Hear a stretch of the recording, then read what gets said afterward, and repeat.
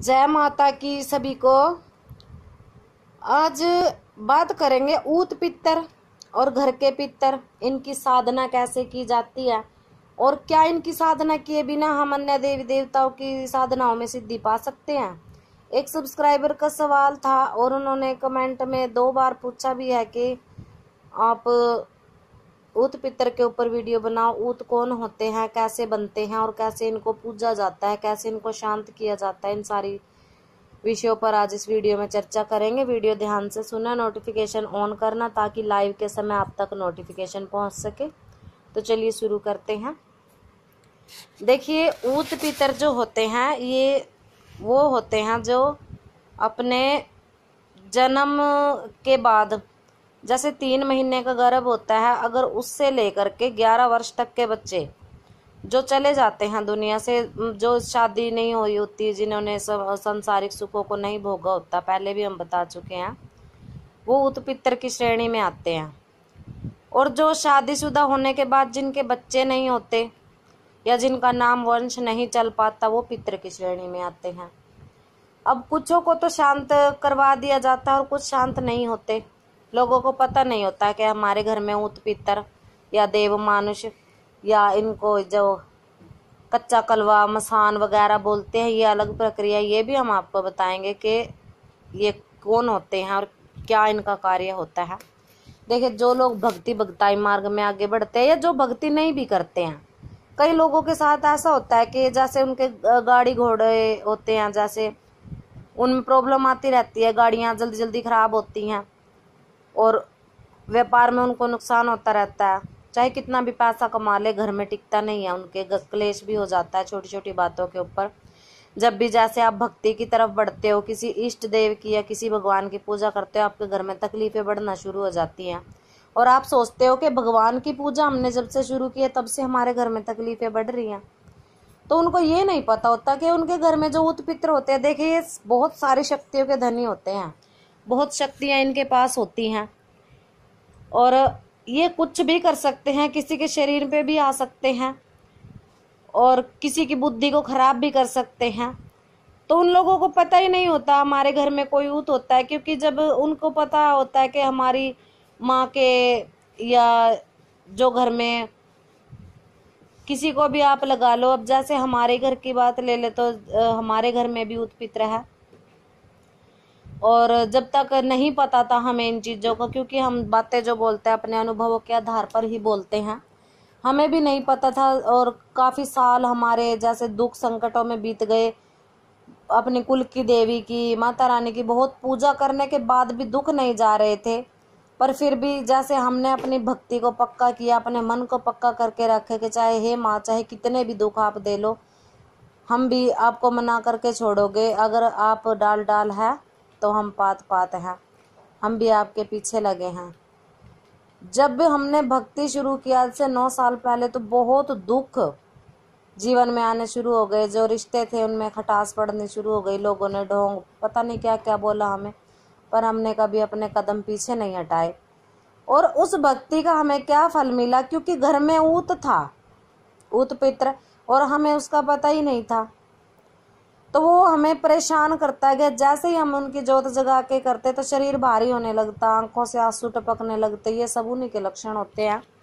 और कभी कभी जैसे गृहस्थी जीवन है, पति के साथ झगड़ा हो जाता, कभी सास के साथ झगड़ा हो जाता, एक दिमाग खराब, बुद्धि भ्रष्ट रहती थी और घर में जैसे पैसे की भी तंगी थी, हर तरह से परेशानियां थी। कभी किसी को एक्सीडेंट भी हमारे घर में बहुत ज़्यादा हुए हैं। ये सब इन्हीं की वजह से होता है, क्योंकि जब तक आदमी दुखी नहीं होता तब तक उसको ये पता ही नहीं चलता कि कौन सी चीज़, कौन सी शक्ति हमारी साथ दे रही है, हमारे साथ चल रही है, और कौन सी शक्ति हमसे खिलाफ है या फिर वो क्रोधित है हमसे। जब तक इंसान का जीवन सुख में होता है, उसका भगवान की तरफ या पूजा पाठ की तरफ ध्यान नहीं जाता। ये सत्य है। जो लोग दुखी हैं, परेशान हैं, वही भगवान के दरवाजे खटखटाते हैं और वही भगवान के द्वार पे जाके अपनी अरदासें लगाते हैं। और जैसे हम जैसे भगत हैं, चौकियाँ जो लगाते हैं, उनके द्वारे खटखटाते हैं। देखिए, भगत कोई, भगवान ने सभी को एक जैसा बनाया है, पर अगर किसी के मन में भक्ति की लौ लग जाए, उस इष्ट से, उस परमात्मा से मिलने की लगन अगर पैदा हो जाए, तो वो इंसान एक खास बन जाता है, क्योंकि उसे प्रभु कृपा मिलती है और वो दुनिया समाज में उसका एक अलग ही ओहदा, एक अलग ही नाम बना देता है। पर ये उन लोगों के साथ होता है जिनमें पेशेंस है, जो धैर्य रख के ये सब सहन करते हैं। तो ये सब इनके लक्षण होते हैं जिनके घर में ऊत पित्र है। देखिए, वो अपने बड़े बुजुर्ग जैसे अपनी माँ से पूछ सकते हैं कि आपका कोई छोटा बच्चा जो 11 वर्ष तक की आयु का, अभी हमने बताया, जो गर्भ में जिसकी मूर्ति बन चुकी है 3 वर्ष से अधिक का, अगर कोई पुरुष देव मतलब 6-7 महीने का गर्भ अगर किसी का गया है, साल का, 2 साल का, 11 वर्ष तक के बच्चे इसमें आते हैं, तो ये देव पुरुष, देव मानुष और उत कहलाते हैं। अब जो जिसने अन्न ग्रहण कर लिया हो जन्म लेने के बाद, ध्यान दिएगा, जिसने अन्न ग्रहण किया हो, जो जैसे हम रोटी खाते हैं तो रोटी वगैरह, पानी वगैरह, जिसने जन्म लेने के बाद अन्न ग्रहण कर लिया हो, वो बहुत ही शक्तिशाली और पावरफुल हो जाता है। उसको फिर स्थान देना पड़ता है, पूजना भी पड़ता है। और अगर हम उसे अपने फेवर में कर लेते हैं, उसको स्थान देते हैं, खाने पीने को, ओढ़ने पहनने को उनको मिलता है, उनकी इज्जत हम करने लग जाते हैं, उनको सम्मान देने लग जाते हैं, तो बहुत सारे खुशियां हमारे घर में, उनके पास इतनी शक्ति होती है कि सारे कार्य जो अब तक बिगड़ रहे थे वो बनने शुरू हो जाते हैं और उनकी एक कृपा हमें मिलनी शुरू हो जाती है। क्योंकि हमने ये चीजें खुद स्वयं अनुभव की हैं। जब हमें पता चला कि हमें भक्ति का कोई फल नहीं मिल रहा, हमने 9 वर्षों तक लगातार भक्ति करी, बहुत भक्ति करी, व्रत रखे, पूजा करी, पाठ करी, कीर्तन किया, यहाँ तक कि खाने को हमारे पास चाहे पैसे ना होते पर फिर भी माता रानी के भोग के लिए कहीं ना कहीं से पैसे जुटा करके उनके मंदिर में भी जाते थे, पाथरी धाम भी जाते थे। कहने का मतलब ये है कि कहीं ना कहीं, हे भगवान हमारी कहीं सुन लो।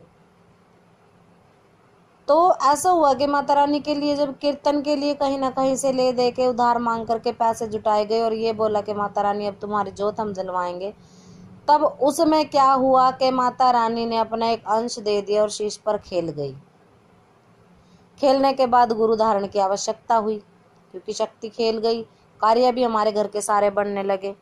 तो गुरु धारण करने के बाद जब गुरु के सामने वो शक्ति आई, तब गुरु ने हमें बताया कि आपको जो कुल की देवी की शक्ति आपके साथ चल रही है, माता खेल रही है सिर पे, तो उसके साथ प्रेत भी चल रहा है और ये घर आपके घर का ऊत है।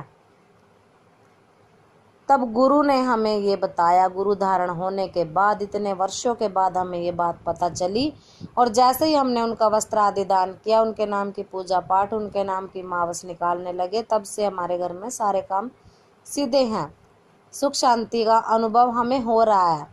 और अगर उनके नाम का आप कुछ भी कार्य नहीं करते हो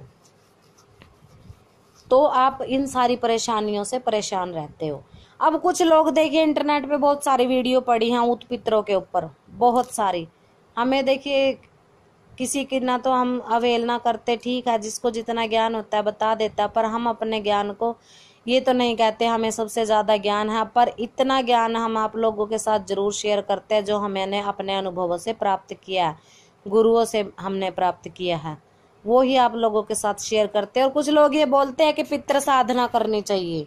देखिए, पितरों की कोई साधना नहीं होती, आखिर होते तो वो प्रेत ही हैं, प्रेत योनि से उनको पितृ बनाया जाता है। तो जहां तक हमने सीखा है, प्रेतों की, पितरों की कोई साधना नहीं होती। अगर आप इन प्रेतों की साधना करोगे तो कभी भी आपको सफलता नहीं मिलेगी। अगर साधना करनी है, साधना है, तो उस देवी भगवती की करो, उस माँ की करो, सच्ची शक्ति की करो। सिर्फ इन पितरों पे जो पितर होते हैं, उत पितर होते हैं, इनका एक भाग दिया जाता है, इनके नाम की पूजा पाठ करवाई जाती है, जो पंडितों के द्वारा वैदिक या शास्त्रीय अनुष्ठान से की जाती है। हवन इनके दिए जाते हैं और इनके नाम का जो एक कथा होती है, पाठ भी उसको बोल देते हैं, इनका पिंड दान करवा करके इनको शांत किया जाता है, सिर्फ भोग प्रसाद दिया जाता है। और जो ये लोग बोलते हैं ना, हमने ये कर लो, वो कर लो, ये साधना, कुछ नहीं होता पितरों की साधना वगैरह। आप इस पचड़े में मत पड़ो, पितरों को मना करके चलो, उनका भाग निकाल करके चलो, तो वो जरूर कृपा करते हैं। आशा करते हैं आपको उत पितर के ऊपर जानकारी पसंद आई होगी। मिलते हैं नई जानकारी के साथ, तब तक के लिए जय माता की।